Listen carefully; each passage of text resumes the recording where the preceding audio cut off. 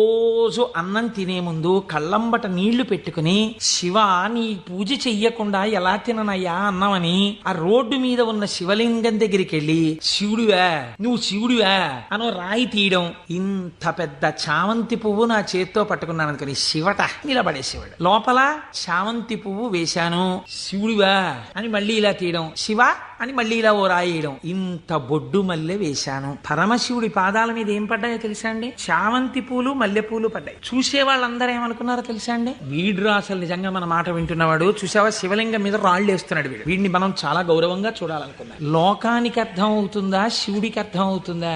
శివుడికి అర్థం అవుతుంది. ఇది శాక్యనాయనార్ జీవితం, ఇంతే ఆయన పూజ. ఇది ఆర్తిలోంచి వచ్చిన పూజ. ఒక రోజు ఆయన అన్నం తినడానికి కూర్చున్నాడు, భార్య వడ్డించింది. వడ్డిస్తే అన్నం తినబోయాడు. శర్వహ అను నామం జ్ఞాపకానికి వచ్చింది. ఈ అన్నం నాకు పెట్టిన వాడు శంకరుడు, లోపలికెడితే జీర్ణం చేస్తున్నవాడు శంకరుడు.